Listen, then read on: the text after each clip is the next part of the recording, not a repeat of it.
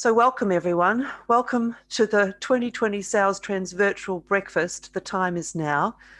What a year it's been and what a treat we have for you today, especially after we had to cancel this event on the 25th of March for all the obvious reasons. Today we'll be exploring the 2020 sales trends, which seem to be even more relevant now than they actually were when we wrote them back in late 2019. We have our esteemed panel: Alison Rowe, Chief Executive Officer for Australian Energy Foundation; Ben Shute, CEO for Comprara; Carl Mattingly, CEO of Disrupt Labs; Stephanie McKenzie, General Manager, Community Sales at Stockland; and Toby Kent, Entrepreneur, Professional Speaker and Business Advisor. You also have me, your host, Sue Barrett, and also Jens Hartmann, our co-host, who will be coordinating any questions that you have throughout the webinar. So please, if you have questions, just post them in the Q&A section that you can see below on your Zoom link here. First, let me welcome you all to country. I am presently located in the Kulin Nation, and I want to pay our respects to all nations, elders past and present and emerging, wherever you may be as well, so thank you. 2020 marks many things, it seems, but it also marks actually 25 years in business for Barrett. Over these years, we've seen many things, good and bad and indifferent, when it comes to managing businesses and sales teams successfully or otherwise. Fads, trends, myths, hype, well-worn facts, new innovations and home truths have all been part of this 25-year journey. We've talked with over 10,000 business leaders from C-suite and sales about their issues, concerns, ideas and opportunities when it comes to sales strategy, sales operations, processes, salespeople and culture. Some have been the early adopters and pragmatists, those who could see changes, took the lead and adapted, catching the opportunities early, while others were closed off and preferred to talk about change instead of actually taking decisive action. They bided their time and remained with the status quo until it became a crisis, which left many of them scrambling to secure their future. It begs the question, with everything we need for positive change and progress available to us now, why wait for a crisis to secure our future?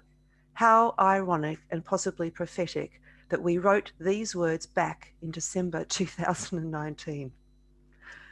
Despite the mighty disruption and distress of COVID pandemic, it seems this crisis has been the accelerant needed to bring forward many positive changes and progress that we need.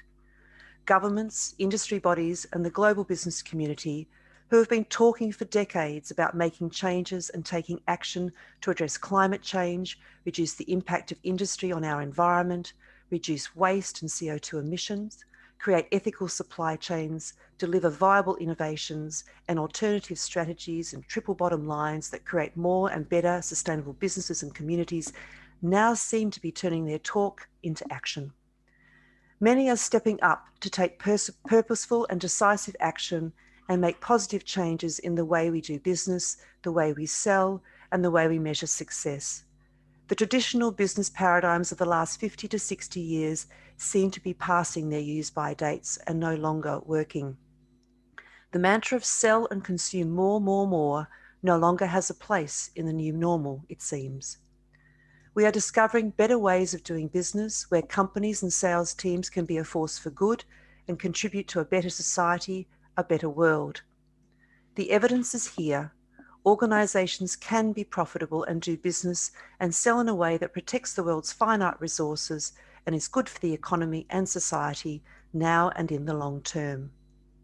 Instead of waiting for governments, many businesses and communities have already taken the lead and walking the talk on positive change, ditching short-termism, embracing collaboration with colleagues, clients, suppliers, communities and other stakeholders as they adapt to a COVID normal and emerging post-consumerism world. So welcome to this belated event, the Barrett 2020 Sales Trends Business Event, where we will look at what businesses can do now to prosper for the betterment of their teams, clients, communities, and for the sustainable future of our planet. We will take a look at the big global trends that are affecting businesses, customers, consumers, and communities everywhere. We will also explore the practical trends that are affecting how we buy and sell under the pressing mantle of these big global trends. AI, crowd sales forecasting, new sales funnels, tenders, procurement, soft skills revolution, and sales education practices that can help people sell better faster. So as we transition to a new paradigm of business, the new and better normal, we ask the questions, what are we selling now and what are we buying now? The time is now. So thank you for making the time to be here. We're going to kick off our panelist discussions, and as I mentioned, please feel free to post any questions you have in the Q&A section below. Jens will curate those, and we aim to have 15 minutes towards the hour where we can actually open up for more Q&A with our panelists. We aim to finish around 9 a.m, but if you do want to stay on a little bit afterwards, we can still carry on with questions. So let's kick it off with Carl. Carl, you kicked off the sales trends with Sales Trend 1, really looking at the geopolitical trends on the world stage. So how did we go, and what updates can you give us about the current state, especially the key factors that businesses and sales teams need to be aware of so they can stay in business for all the right reasons? Carl, pop your, unmute, thank you. Thanks, and happy 25th. Thank you. Okay, so we spoke about a couple of things a year ago. Obviously, one was Australia. Was there anything that we thought was of merit in Australia? Housing price crash. Well, I think if we keep on calling that, 1 year will be right. Impact on Australia of a prolonged trade war, as in the trade war between the United States and China. I think many people in Australia are feeling that now as China takes strategic action against Australia, as I think as part of that. We talked about drought and climate events, and I don't think we really need to belabour the bushfires. And if anyone feels that's uncorrelated to climate change, then let's have that discussion offline. Anti-corruption, you're seeing some interesting IBAC investigations at the moment.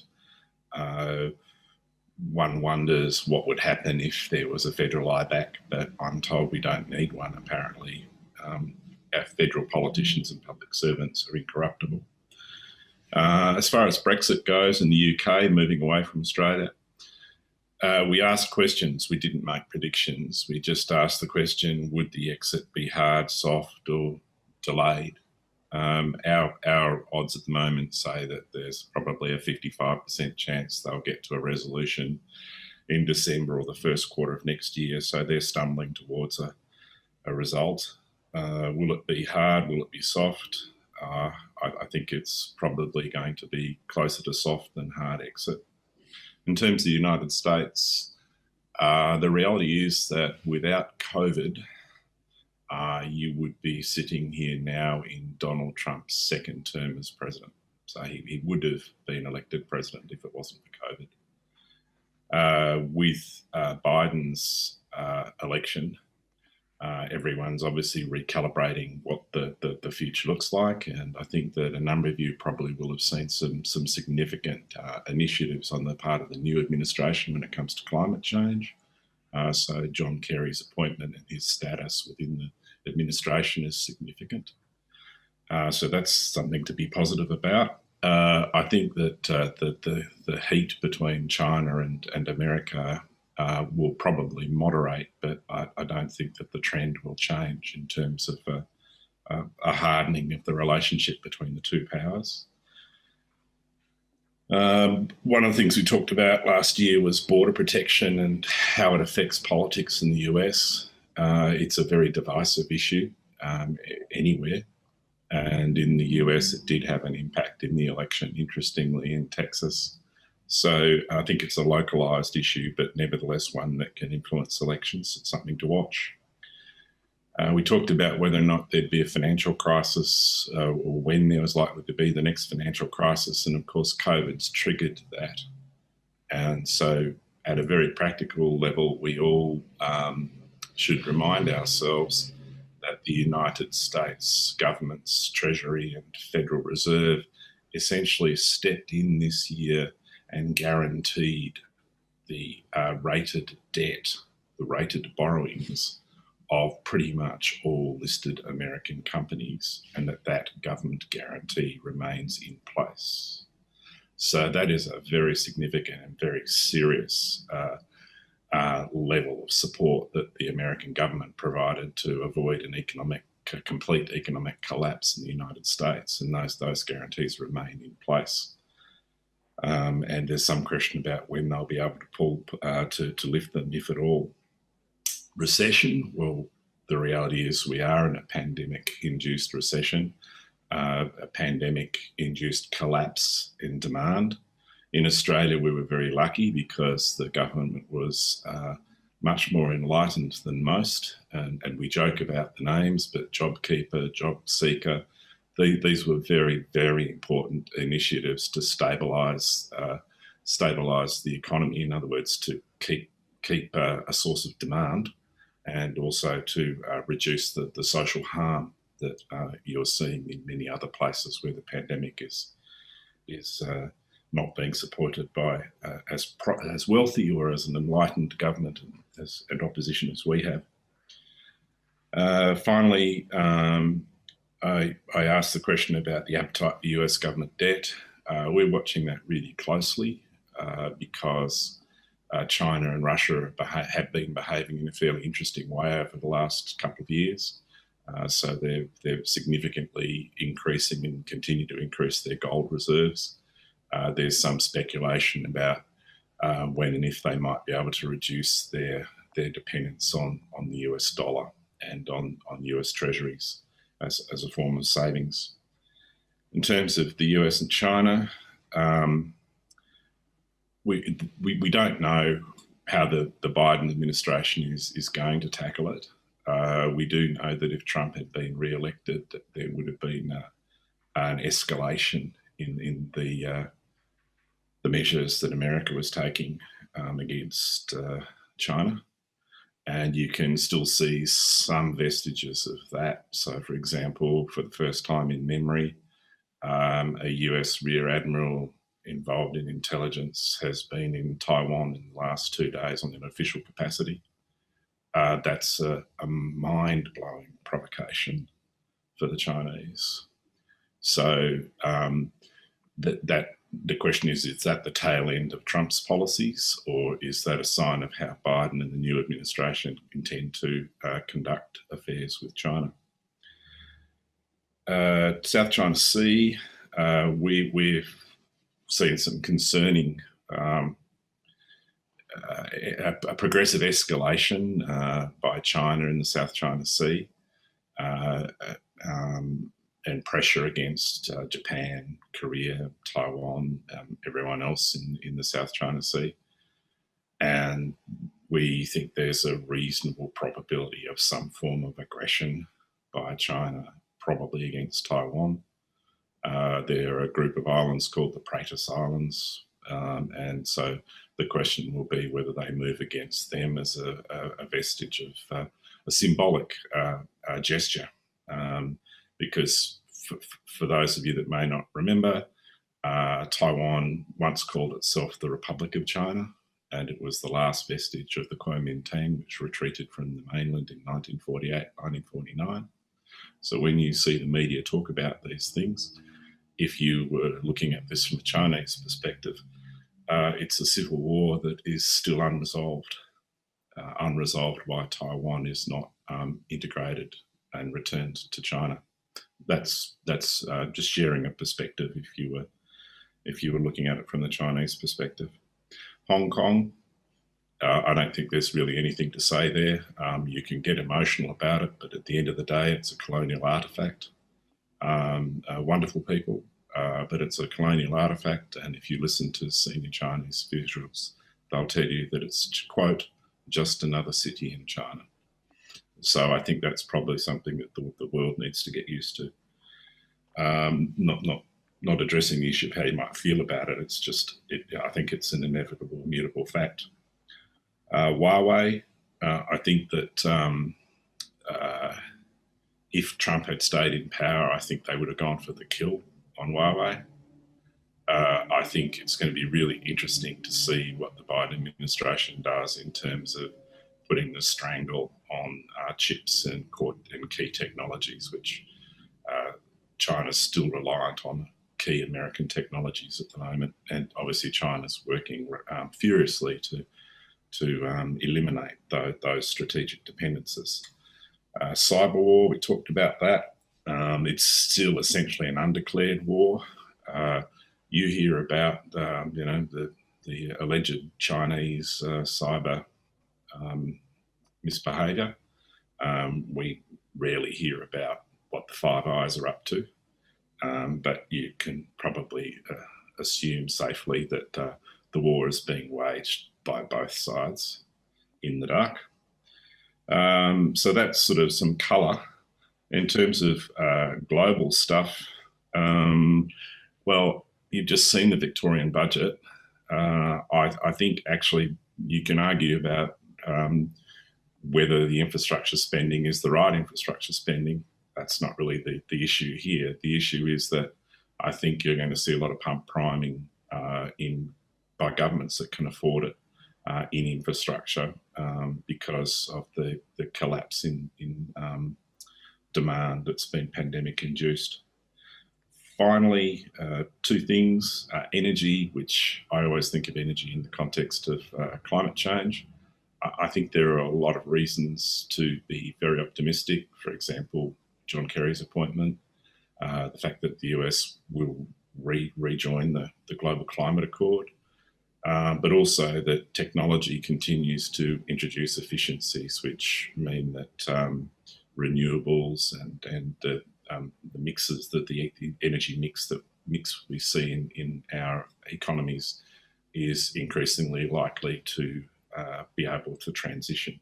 And I'd say that over a 10, 15-year period. I think it'll happen quicker than we realise.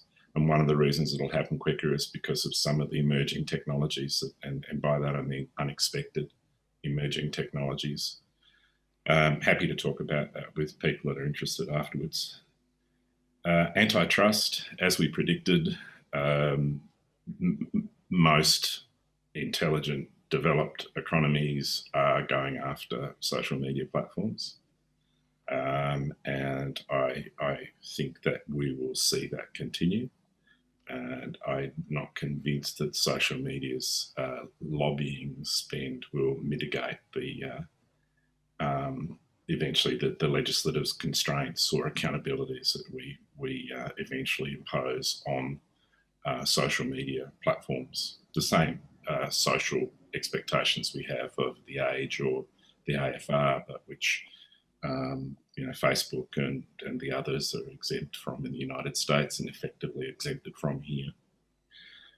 Social backlash, yeah, I think you're going to find that the pandemic is potentially going to trigger something pretty interesting with the collapse in demand and with the collapse in the incomes. You're seeing in many economies, for example, the United States, the brunt of that is being borne by the bottom 90%. And the top 10%, if you look at the data, are relatively unaffected by the pandemic. So those that have wealth are fine, and those that rely on incomes are in trouble, especially if they're Uber delivery drivers or someone else at the bottom of the economic food chain. So I think that's still yet to we're still yet to see the long-term consequences of the pandemic downturn. And that's one that we're watching very, very closely. And I've talked about climate change repeatedly through this, but I'm very optimistic about where I think we've got to.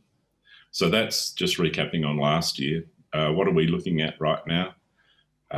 We're looking at the Georgia Senate runoff. It's a really important, potentially hugely important for the world, because at the moment, most people seem to think that the Republicans will win the seats. If they do, then they retain control of the Senate. If they can retain control of the Senate, then I'll leave it to your imagination to work out how much is going to get done in the Biden administration with a Republican Senate.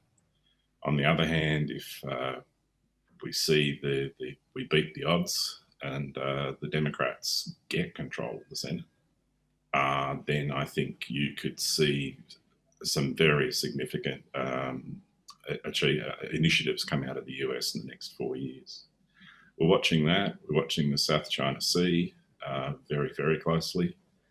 We're watching the China-US trade war closely. We pay passing attention to China's actions towards Australia on trade. It is what it is. There's nothing I can sort of say there to give you comfort. It's pretty hard to replace Chinese demand.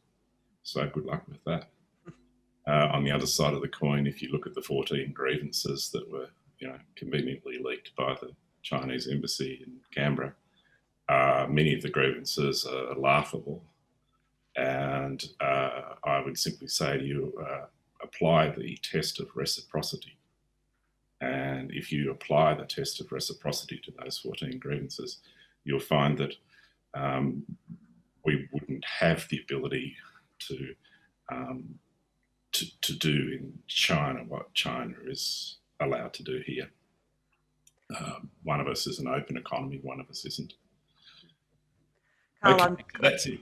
No, thank you. I mean, it's a huge backdrop for us to be able to now start to look at the practicalities of what we can do and what we can influence in our businesses. And thank you for that overview. And when we start to speak with the other panelists here, I'm sure they'll pick up on threads and elements that can bring it down to a practical level. So Carl, I mean, obviously we want people to interact and pose questions. So I'd like to perhaps bring it across to Ben now. I mean, you work in procurement and your trend was we change or we burn. Again, quite prophetic, given the bushfires at the beginning of the year and also the state of the pandemic. What are the key elements do you see that procurement have to get right in order for business to make a smoother transition to a more sustainable future, as Carl has actually outlined for us?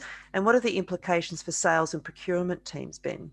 Yeah, thanks, Sue. Look, I think our fragility has been exposed.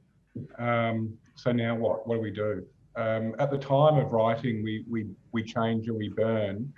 The pandemic wasn't even on the radar for me. I wasn't looking at that when I was speaking about it. But it was all about the Bronze Age and how that brought down civilizations due to the difficulties around the procurement of copper and tin. And iron ore won out. And I think we all need to think about, well, what is our iron? Because it was simple, easier to procure, easier to get, and then it's still used today. The key to the future, I think, is smart procurement. Really, the key to our survival is just really a series of procurement puzzles that we need to solve to move forward. So I think it's simplify and thrive is what we need to do moving forward. This year, 2020, has been pretty bad. We need to think about, well, what will 2021 be like? It may well be worse. There's lots of changes happening. And I think technology will certainly, for procurement, needs to play a major role. In your introduction, so you talked about changes in the procurement funnel. And I think I often look at procurement and sales as brother and sister. They're two of the same things, two sides of a coin. Procurement needs to change its funnel and the way that it works. Traditionally, procurement has sat in an office, typically a big office. You have your stakeholders or your customers sitting next to you. We've seen a change where people can work from home, and speaking to my colleagues out and about, I don't think anybody wants to go back into the office.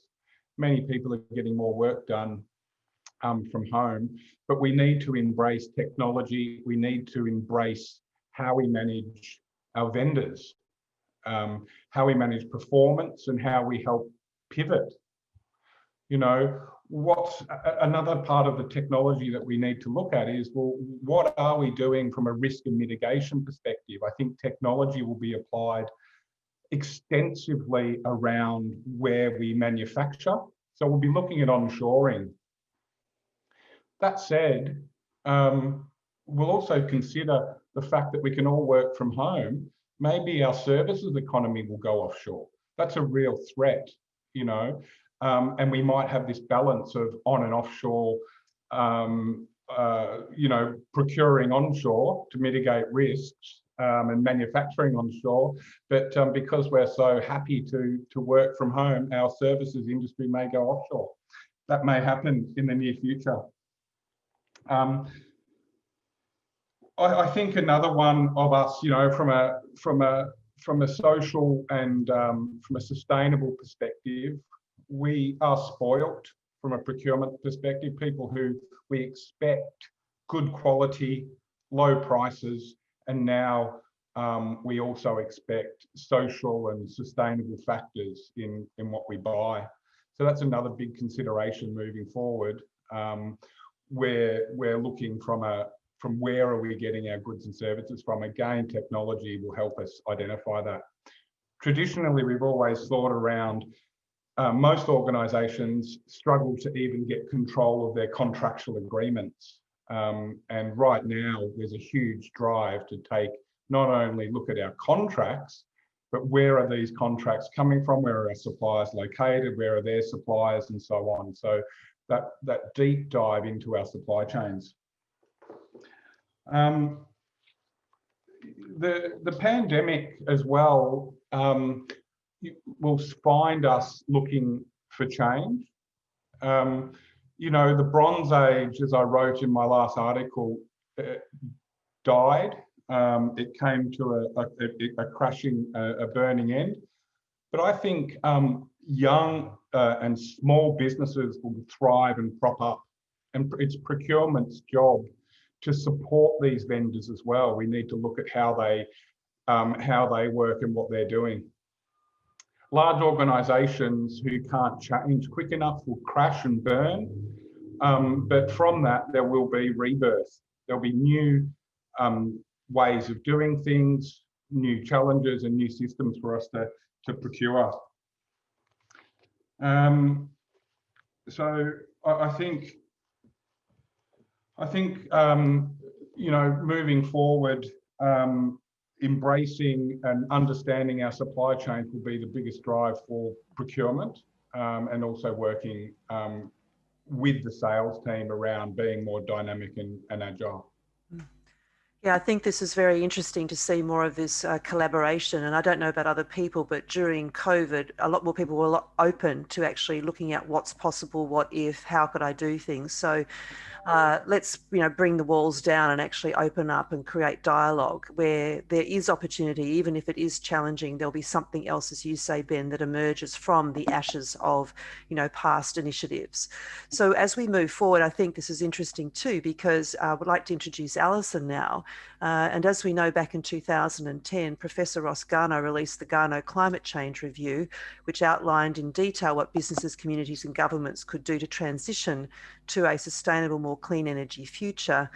Despite the delays in government legislation here in Australia, at least, Alison, what viable business opportunities do you think we should be focusing on, especially in the areas such as advanced manufacturing, business energy management, government projects, consumer buying decisions, etc., as we inevitably transition to a clean energy future? Thanks, Sue. And just a small question there for me to sort of start with. No pressure. No pressure at all. I mean, it's really interesting when we talk about delays in Australia. I think we're really talking about at the federal government level when we talk about climate and energy policy. I'd actually like to commend the states and local government for their work that they've done around setting targets, creating markets and working with the community. So I think we should always take a sense of optimism when we think about delays, that there has been some great work done. Garnaut did suggest that back in that reform in 2010, that we actually needed to reform income tax and social security to support a transition to a clean energy economy. I'm not sure that we've done that.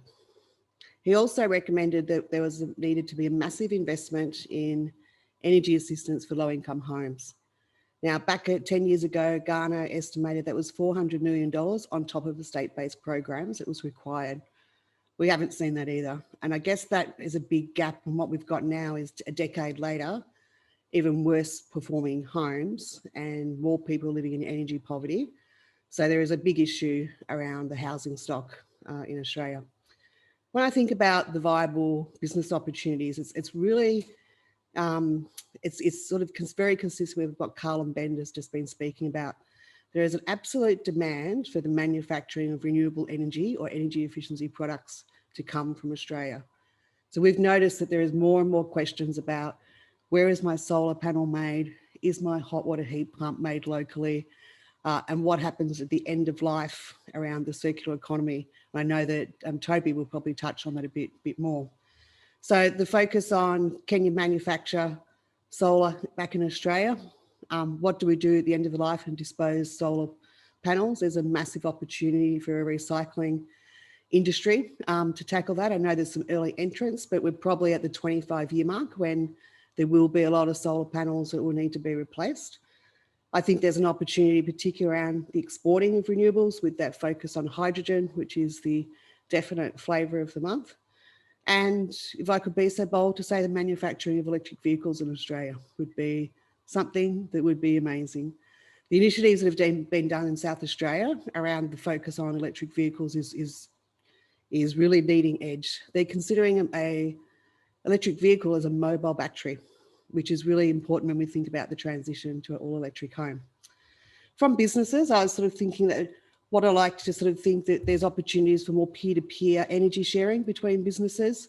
We've had some great investments between businesses, joining up for renewable energy procurement in investment strategies, but perhaps looking at that a bit more deeper behind the meter, and businesses working collaboratively around sharing and trading energy, which we know we can do now. And the opportunities for storage and batteries will come into that. I think there's an opportunity around innovative cooling options. So my previous role before this was in the tech industry for 10 years.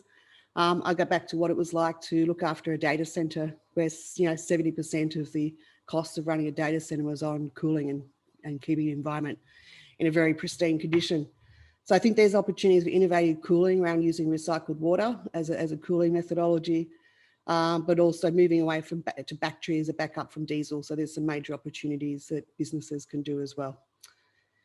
In regards to government projects, the most important thing I think is minimum standards for new buildings and for retrofitting homes, and particularly rental properties in that space. So rental properties often get missed out, and we have a lot of people who rent. We're working on a project in the ACT on that at the moment. I know that was also part of the Victorian government's announcements, but there does need to be an opportunity to go back and do the things that maybe have been tarnished by some other programs. If I mentioned the pink bats. Insulation is a massive opportunity for energy efficiency. It is an industry that needs to scale up and really could make some significant opportunities for households, along with all of the other energy efficiency components like hot water heat pumps, draft proofing, curtain. Who would have knew that those old pelmets that you have above the curtains make a massive difference to the cost of running your home? Looking at different models, when you're looking at your employees, can't you allow your employees to actually salary sacrifice or pay back through their pay the retrofits that they might want to do at their home? Can we think about how businesses integrate that strategy with their staff? And finally, I think it's about no bills social housing. So we have seen a massive investment both in New South Wales and Victoria in social housing and what we're going to do there. But let's start that with a no bill concept or a flat fee of $20 a month. People know what they can do and design the way that it should run and operate that way. Education and behaviour change are a massive need to do. I don't know anyone who does find their energy bill sexy or even understandable. But we definitely still need continuing energy market retailing reform. So when the electricity sector was privatised in Victoria 20 years ago, I know it's 20 years ago because the Australian Energy Foundation's turned 20 next week, which we're a byproduct of that. It was always intention to have a good competitive market and to make energy cost effective. That hasn't happened. Some of the people we are working with have been paying their energy bill as a standard payment, as almost like treating it as a savings mechanism. I'll pay $50 a month. We've come across people who have $5,000 in the bank with the energy retailer, above and what they owe for their electricity bill. So the retailer is earning interest on their cash. They don't have that money, but no one said, hey, you're $5,000 positive in your retail energy account. Let's give it back to you. We'll refund the interest. So it's those types of reforms that needs to happen to look after the most vulnerable members of our community. So I think that's a little bit of a start, and I'm sure there'll be some questions come through. Thanks, Sue. Thank you, Alison. I think that's very practical because whether you're in the building industry, energy, manufacturing, there are so many opportunities there that people could actually look at. But I think we, as you said, we need to rethink how we actually work together, which is bringing back to that sort of aspect of collaboration and just looking at traditional business models from different perspectives and then seeing how we can flourish and move forward. So beautiful. Thank you so much. So this leads us to Toby, and the 2020 Sales Trends Report highlighted the emerging maintenance and repair economies, as well as the recycling and circular economies as viable business models. In the 2020 Sales Trends Report, Toby, you wrote about creating resilient cities. So given your expertise in managing adversity and sustainability, can you tell us what resilient cities will look like and how businesses and sales teams can adapt and find opportunity in these markets? Sure, thank you, Sue. I think what I'll just kind of think about what we know and thus what we do. And what we know right now is actually very little in terms of how the pandemic has been handled, let alone what it means looking ahead. We won't even know whether or not what we've done in Australia, which looks great right now, but we won't know for another 3 to 5 years whether it was the right thing to do when we see it play out globally. So I think one of the most overused phrases of this year is "this changes everything." And actually, again, in keeping with what I've just said, we don't know what will be a long-term change and what is a temporary change.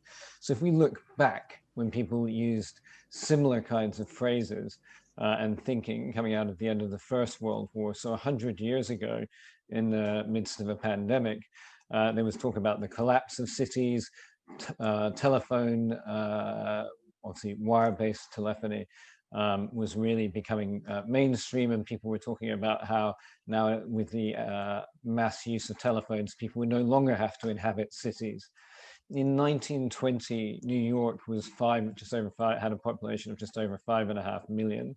By 1925, it was over 7.7 million. Sydney in 1920 was just over 800,000 people, was over 1 million people by 1925. London went through one of its fastest rates of growth during that same period. But what was different about London's growth was actually the central city declined from 4.5 to 4 million people. And while London as a whole grew, what you saw was a push into suburbs and people seeking a less dense living experience. And the reason I mention that, as I say, is we don't yet know. I think everything that Ben said and what he wrote in his article is extremely compelling, but we don't know how many people want to go back to the office. What we do know is that there has never been a point in history where people haven't wanted more choice. So I think that this will not be about people not going back to an office, but rather wanting to use it at times when they want. So if we build from that and begin to think about what does that actually mean for people on this call, sales, and so on. Another thing, and what this means, you asked me about sort of the sustainability and so on. In more recent history, but history nonetheless, I ran PricewaterhouseCoopers retail and consumer goods team in the UK. And spanning the global financial crisis, so beginning in 2008 into 2009, we surveyed 15,000 UK consumers about their buying habits, sustainable products, and so on. And almost 80% of people at that time, bearing in mind it's a different market to Australia and a different point in the history, but a lot of similarities, almost 80% of people wanted to buy sustainable products. Less than 10% of people were willing to spend a single cent extra at the payout. And I think also what one saw at that time was a flight to value. So what we saw was higher end brands, higher end retailers that had very loyal customer bases suddenly found that the Aldis and Aldi equivalents of this world were being used by much better off consumers. But we also saw people wanting to buy occasional luxury items. So, really sort of high-end designer brands for lipsticks, perfumes, and things that could really be a treat, but was still affordable, did very well. So again, what I think businesses need to do, as well as cities, is to really adopt what Nassim Taleb, the author of Black Swan and Anti-Fragile, refers to as a dumbbell strategy. Dumbbell, i.e. you're working independently of one another. And so what we need, I think the strategy in a world in which we really know very little, is we need accessible products and services that at a sort of a general point, and then we also need something that, while still somewhat accessible, can excite, the occasional excitement, as you call it. Now, as I sort of draw this to a close and give some space for Stephanie to talk, and obviously Stephanie has that property perspective, this does have huge implications for the kinds of place that we build. So if you're selling housing, do you fully assume that everyone is going to want to work from home space, and obviously the implications of that for design and cost? Or do you assume that actually they just need somewhere that occasionally may be used, and that might look more like a traditional model? We also, in that same vein, need to think about the urban development sort of model in terms of sprawl versus densification and so on. So rounding out, as I say, in rushing back to normal, because there will be a huge number of us who do want to kind of re-grasp the normal, we have to be careful that we don't rush back to things like over-dependence on car travel and some of the things that have kind of been baked into the way that we live. In the same, we need to pick up all of the kinds of suggestions Alison was making about energy use and procurement and so forth.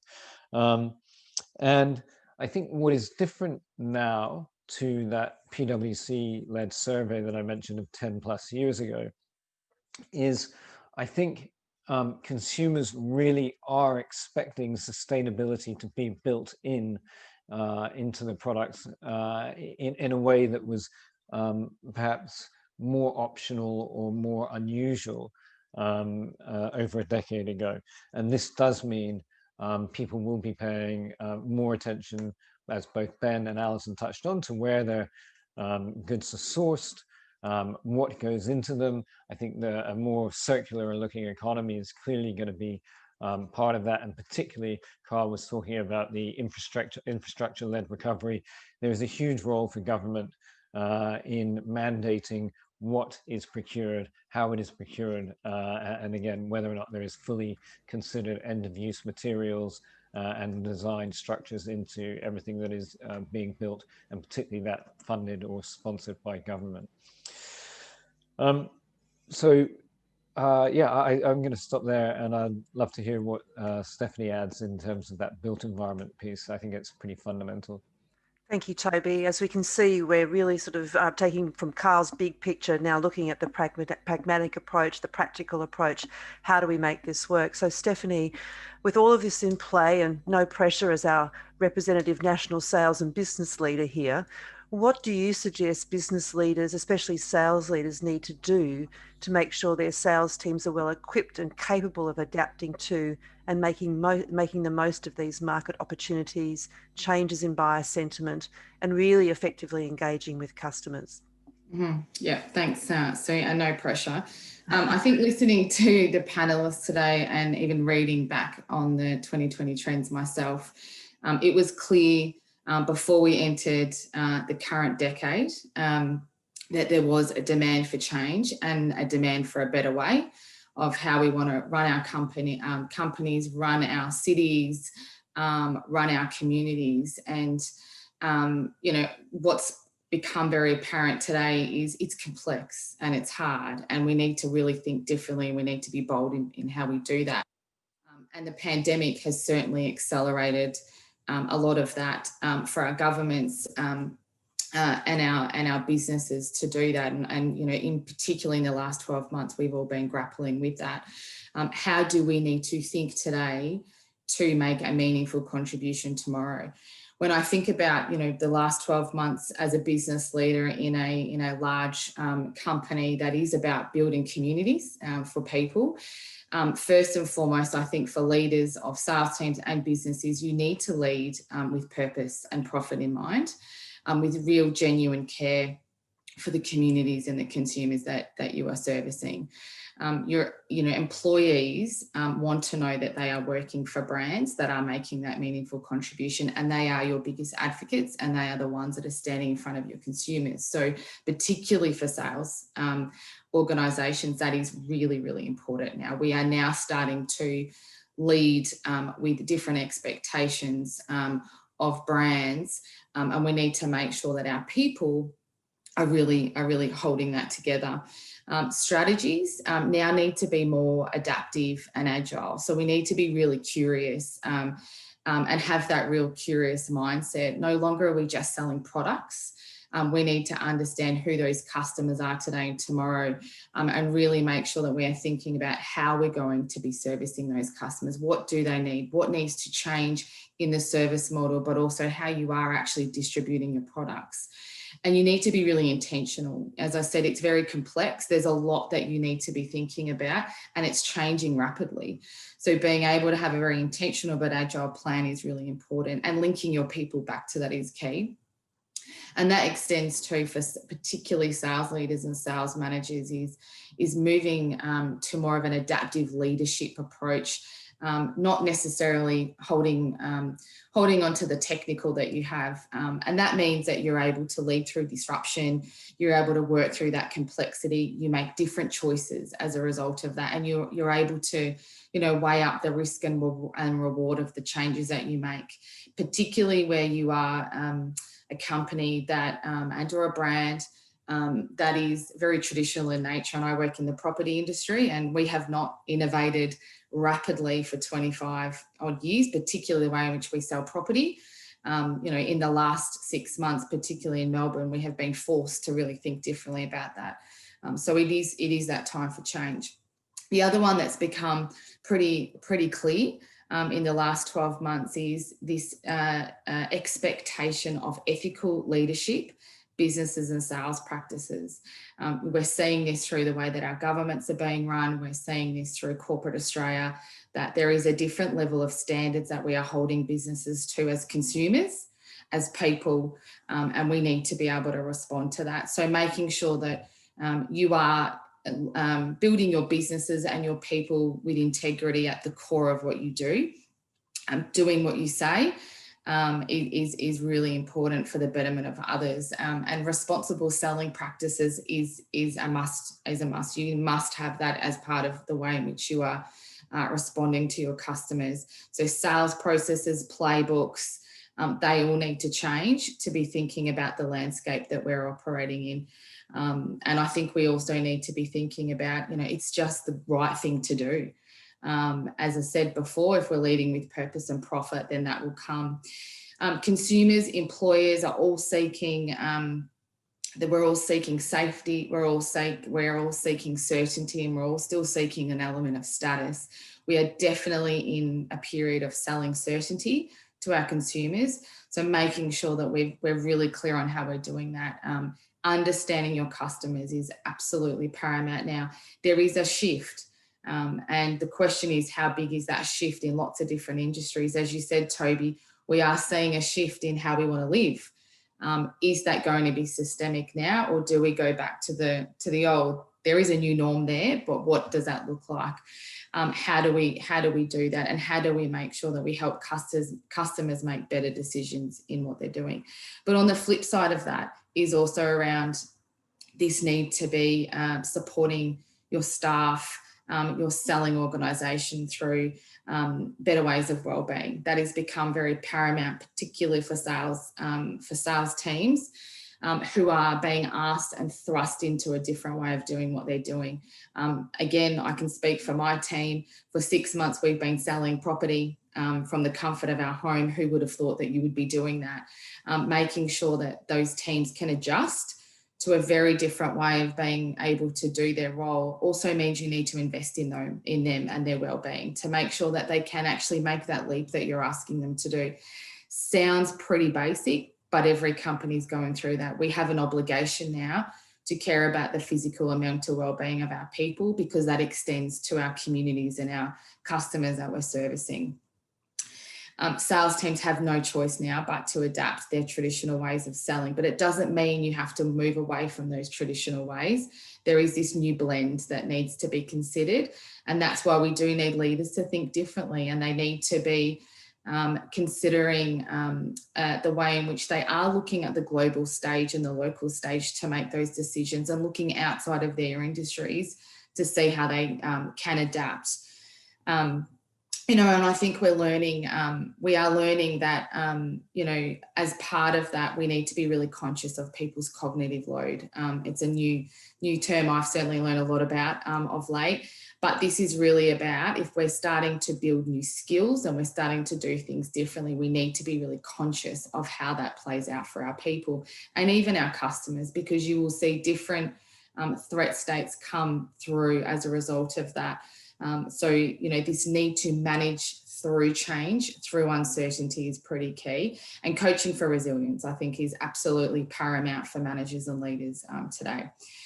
I think we all know that technology, and it came through today, technology is a game changer. I think we've been thrust into now is the time that if you're not considering how technology is going to enable your business, be it your supply chain, be it your service strategy, be it disrupting your actual distribution of your products, I think you're not thinking properly about how you want to transform, but we're there. For sales teams, it's always been, probably the view is we just collect data for the business, but we don't know how to turn that into something that's quite powerful for us. Sales organisations need to move for understanding the digital of technology and data together that helps you do what you need to do faster, smarter, quicker. That is the aim of the game. But also, how do you understand your customer faster than anybody else? Being able to intimately understand what makes them tick today and tomorrow, being able to understand those new segments, being able to pick up those new trends quickly, being able to predict what may or may not be happening to make better decisions or weigh up the choices that you may need to make are really important. And if you have that information, you are going to be in a far better place to be able to have really agile and adaptive strategies. And on the flip side of that is, really thinking about what are the elements of technology that make sense for your sales organisation. Certainly virtual has definitely been one that, we've all been thrust into. It's a piece of technology that is also reminding us that, and it was in the trends report, that human connection is still really important. We're not going to be taken over by technology and digital, but there is a need for humans to be able to connect in a certain way. Maybe Microsoft knew this was coming and that's why we all have Teams and Zoom, I don't know. But, it's changed the way we're engaging with people. It's changing the relationships that we're having. It's changing the way that we're able to work differently and collaboratively. So, that's not going to change. It's how do we adapt that through, and how do we think about how do we use that commercially in a way that makes sense. And I think finally for me is capabilities. Capabilities need to transform, be it people, process, systems and platforms. You need to have a really clear view around your operating model, around how are you going to invest in those, when and how and what makes sense.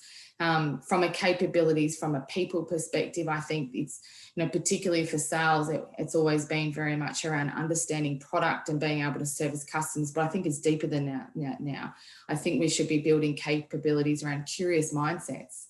Are your sales team curious about your business? Are they curious about your customers and what's really important to them? What about the communities that they're in?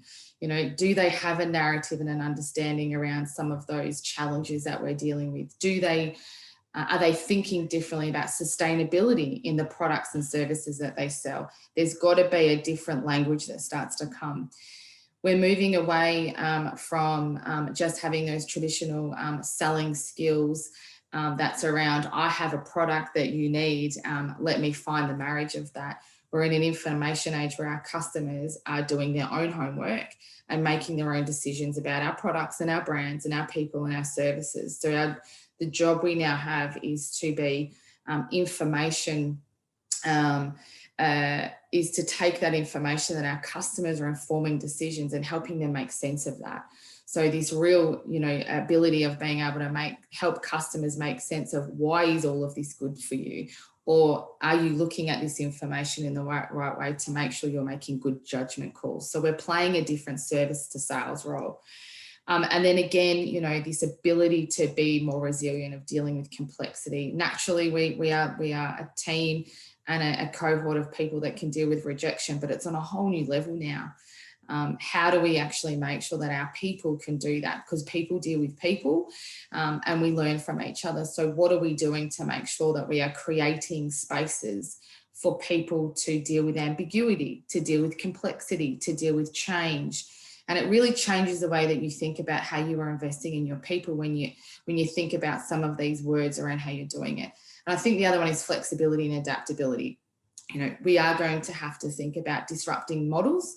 We are going to have to think about different distribution channels. We are going to have to be thinking differently about how we sell property. As I said, we will now be looking at a blended way of being able to service our customers. Maybe we can work from home and service a customer as opposed to being on site in a sales environment that we never thought we could do, but we've proven that we can. What does that actually mean? It requires an element of adaptability in your strategies, in your thinking, in your people. So, I think there's a lot of change. It's quite exciting. It's quite overwhelming and it is quite scary, but it does need leaders that are, it does need leaders in businesses who are willing to think big, who are willing to understand what the risk and reward is. And it is leading with intention and purpose to make sure that we can make those meaningful changes, because there is change. And with change comes opportunities, but you can't realise that if you're not set up in a way that you can take advantage of that. And that is at the core of businesses today, is you need to have that structure in a way that propels your people to be able to get curious and go into it and find those opportunities to change the way that we're operating. Well, Steph, I think you've brought it home for us all. And we opened up the sales trends report late last year around systems. And we've got to incorporate all of the variables we've heard today and more, but how do we operationalize it and actually make it practical? So when humans interact with humans, we can have really good, meaningful exchange and actually generate opportunity together. So there's a lot of positivity here. There's also a lot of, uncertainty too in some ways, but I really want to thank everyone for their contribution. Now we're coming up hard to 9 o'clock. We probably should have made this an hour and a half, given things, but do we have any questions, Jens, from the panelists, from the attendees, and we might quickly cover those and then sign off. Yeah, well, we have a really great question that actually touches right on what Stephanie was addressing in regards to those changes that we had to make in 2020, obviously enforced on us by restrictions, but now they seem to sort of point into a very different direction of doing business altogether. And Victor actually put it in a very succinct and I think a great way. Is there a better normal rather than a return to normal? And I think from what Stephanie said, we could pass it on to the other panelists. What do you see as the better future normal? What are the changes that will stay, that are sustainable, that are important, that have been enforced on us to some degree this year? So is there a better normal rather than a return to normal? Open to the panel. I'm already off mute, so quickly. I mean, a better normal is clearly lower carbon. We really are so far behind where we need to be in addressing climate change. That involves making cities greener, more livable. And I think as we come out of the pandemic, mindful of my caution around predictions, but you can see there is a grasping of people to reconnect. And I think anything that we can do to try to seize on that and foster a greater sense of community at a local level, we'll see a better normal going forward. Any other contributions, panel? Yeah, happy to have a thought there. I think as leaders, we have an obligation to not let it go back. So I put that challenge to everybody as a leader in an organisation. If we just let it go back to what it was, we're disservicing everybody in the community. So yeah, for me, it's been really difficult to work from home. I've been sitting in this seat since March. But there's been amazing relationships that I've developed with my people, albeit through a screen. But the level of interest you have in people, the level of conversation, the level of compassion, empathy and understanding you build when you all are in something together, you're all equal, we owe it to ourselves as leaders not to go back. So I really, that's something I'm very passionate about and something that we'll be taking forward in how we work. Thank you. Other panelists? I'll make one comment. I think that an unintended consequence of working remotely is that you find out who is and isn't adding value in your organisation. It's much harder to hide. And I think we're going to see much smaller organisations come out as a result. Yeah, this interconnectivity, there's people will always worry about people working from home and will they be doing the right thing, but this has actually had the opposite effect of actually demonstrating what we are doing. Good observation, Carl, brilliant. Ben, any final comments? Look, I agree with Carl. It's quite an interesting phenomenon. You can't hide. I think that's a big learning point. Technology, we hear a lot, technology. But we're sitting here using technology to talk to one another. I think many of the technology advances for both on the sales and procurement side will be connectivity to our customers and also to our suppliers, and that, you know, that's what I see the big advantage. So if we do have smaller teams, it will be because we can operate more efficiently, and I think that's something that is to look forward to. That's my take on it. Well, after 23 years, we've actually, we obviously been working remotely too since March, like Alison said, but we don't have a commercial property anymore. We're all set up remotely, and for the foreseeable future, this is how we're going to operate, and we're working globally. We're winning contracts internationally and things like that. It's been actually really liberating, just from a mind space perspective to do this, and how it actually breaks down literal borders and boundaries. So it is a very interesting concept to have a look at. Stephanie, any comments from you about a better normal? I definitely agree that we do have an obligation to make sure it doesn't go backwards. I think there's a lot of opportunity that's come out of, even thinking about how we're working today. There are better ways to do what we're doing, and it's the small things that will ladder up to bigger ones. We're very similar. We've taken our traditional classroom training and L&D program into MS Teams, and it's created a much greater way for our whole sales team across the country to collaborate and share best practice. And the reward they're getting from that is incredible, from one small change that we could have done before the pandemic, to be honest. But that small change has led to more ideas. And I think if you can keep fostering that, you will always move forward. I'm very lucky. I work for a company who has a purpose that is around a better way. So that naturally stems, we're always moving forward. So I think we need to have that. We need to have those mantras in the way in which we're leading to get people to think differently.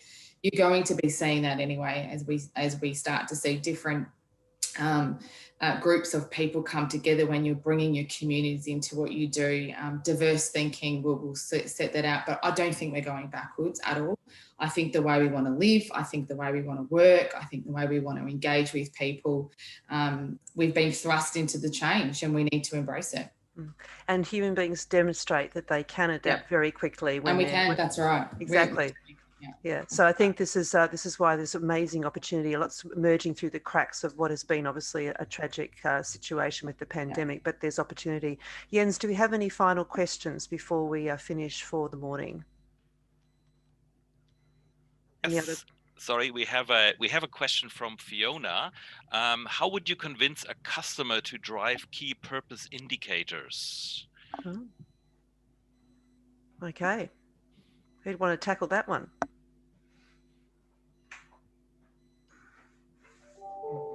I saw that, and I was really hoping you didn't ask that one, James.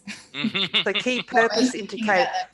Well, I think the first thing is you should be, if you're not asking your customers what's important to understand it from the lens outside of a business, then you're not going to be able to understand that. So, you know, if you've got really clear strategies around how you want to run your business, and let's use an example of it's about setting clear standards around service, and you're purposeful about that, then you measure that. So I think it's probably looking at the lens of, is this the right thing for the communities that I'm servicing, the customers that I'm servicing, the employees, looking at it with a broad spectrum. But I would definitely be thinking differently about how you're setting up those measures. As I said, it's more than just leading with, with profit metrics. This is, companies with sustainable strategies, companies with corporate governance. They're all the things that would ladder up to that as well. So I think it's elevating that and making sure that people see that that's just as important as achieving business profits. I'll just give you an example. One of our clients, when we were looking at their whole purpose and their go-to-market strategy, safety became the epicenter.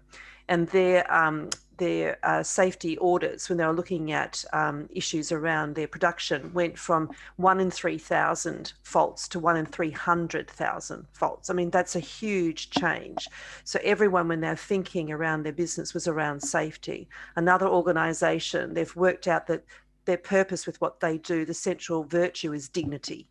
How they treat their customers, their partners, their staff with dignity. And I think this is what's very interesting when we start to bring those sorts of things to the fore, that guides and directs our behaviours and our habits and our intentions. So I think, this leading with purpose. And if, again, we can't be tokenistic. There's enough people out there who've put up, we're customer centric, and the pandemic has exposed they're anything but customer centric. So we want to be careful about what we want to focus on, but then live it. And then that becomes part of that lived experience we have with our customers. So it is more than just a transaction, more than just, making profit, making a sale. It's moving well or truly beyond that. And I think it's very exciting actually for us all. Jens, anything more before we finish? I was happy to make a comment on that as well. No, go ahead. Thank you. We just had our board strategy day yesterday and reviewed our KPIs for our strategic plan. So it's a very topical discussion, and we're going to radically change our KPIs. But I think if you want to try and measure purpose, it has to start with your ultimate vision, and ours is really clear: an equitable, zero carbon society. So that's what we're about. All of our objectives in our strategic plan deliver on our vision, and then every KPI or every objective has a corresponding KPI. So we're very clear, and then nothing gets put through in the business plan that doesn't align to that. Yeah. But definitely we have changed our KPIs this year to be far more purposeful. Again, I found that our KPIs, the language was too performance orientated. So we had a great discussion with the board yesterday.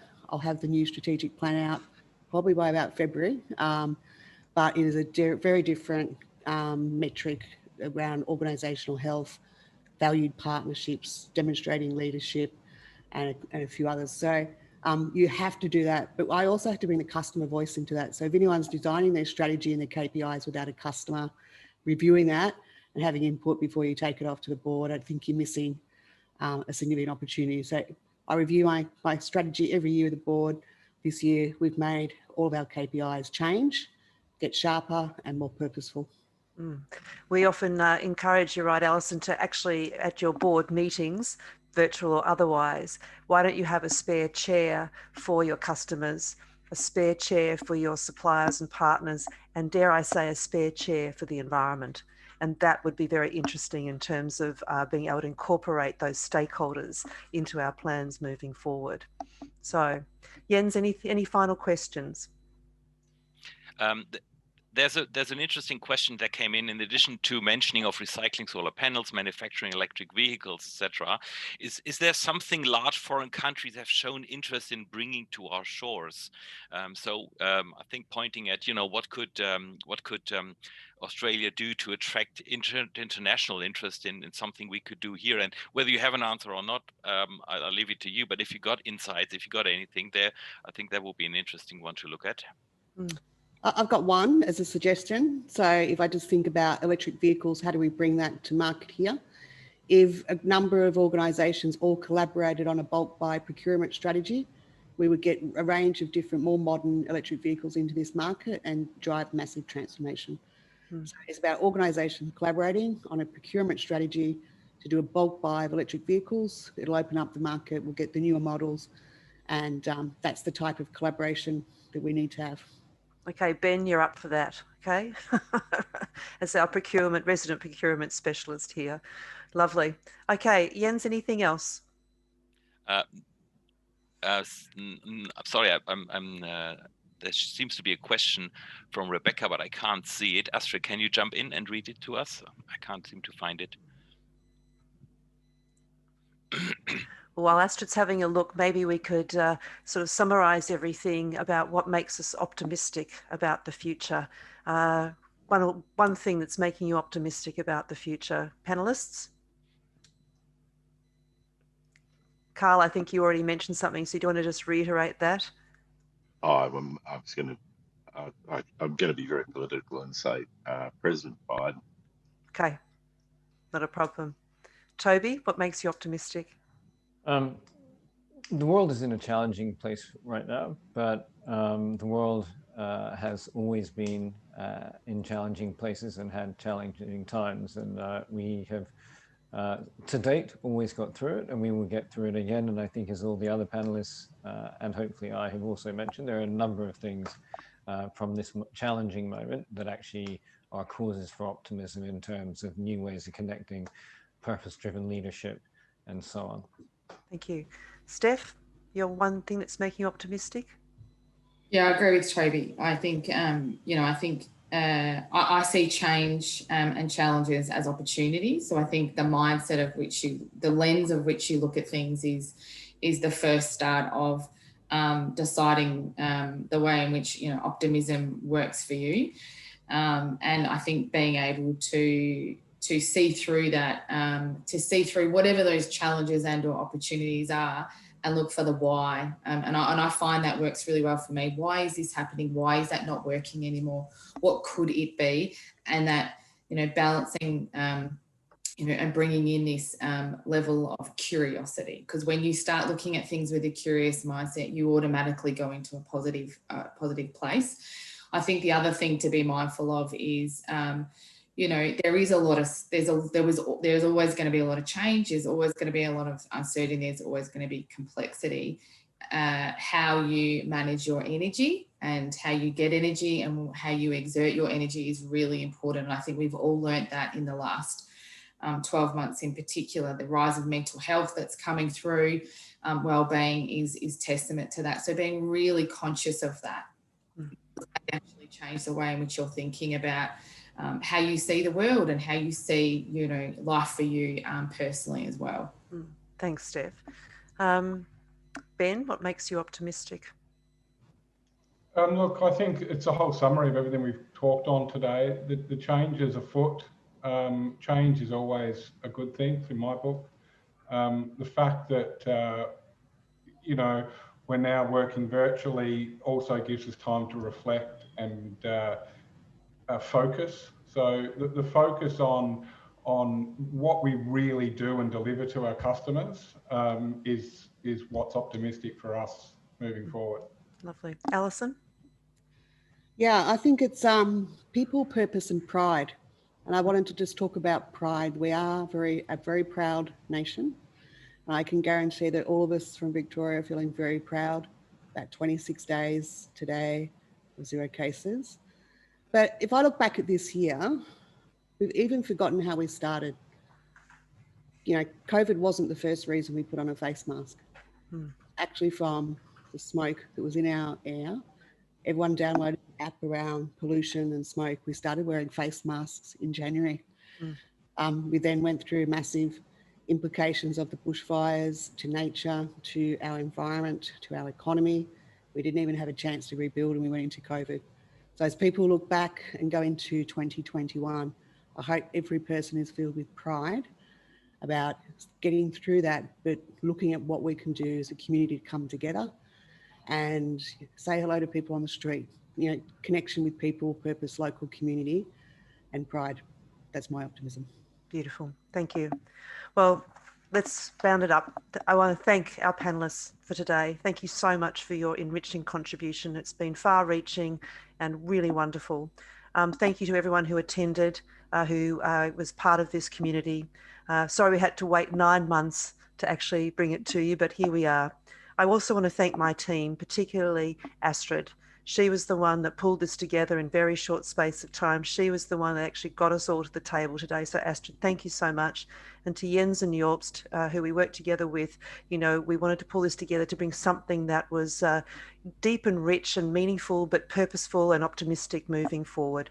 So before we finish, I want to make sure to remind you that we are currently producing the 2021 Sales Trends Report, which is titled, ironically, The Rebuild, and which should be ready for release in mid to late December.